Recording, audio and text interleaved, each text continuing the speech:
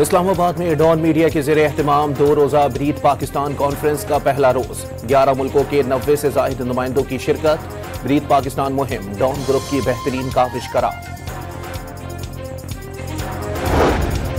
वज़ीर आज़म की इस्लामाबाद में मौलाना फजलुर रहमान की रिहाइश का आमद। अता तारड़ और एहसन इकबाल भी शहबाज शरीफ के साथ मौजूद।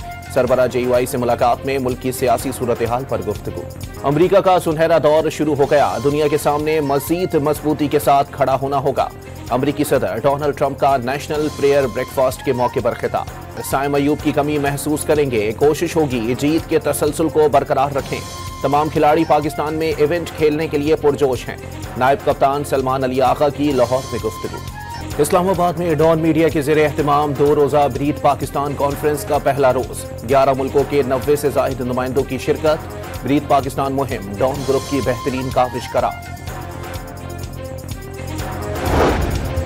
वज़ीर आज़म की इस्लामाबाद में मौलाना फजलुर रहमान की रिहाइश का आमद। अता तारड़ और एहसन इकबाल भी शहबाज शरीफ के साथ मौजूद।